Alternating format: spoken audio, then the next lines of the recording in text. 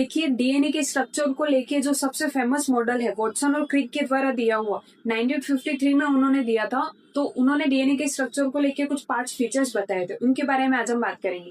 पहली बात उन्होंने बताया था कि डीएनए जो होता है वो 2 पॉलीन्यूक्लियोटाइड चेन से मिलकर बना है, यानी डीएनए की जो बैकबोन है वो शुगर और फॉस्फेट से मिलकर बनी है। इसके अंदर होते हैं बेसिस। दूसरा पॉइंट कि एंटी पैरेलल होता है ये, यानी कि जो दोनों ही हेलिक्स है वो एक दूसरे के ऑपोजिट डायरेक्शन में है।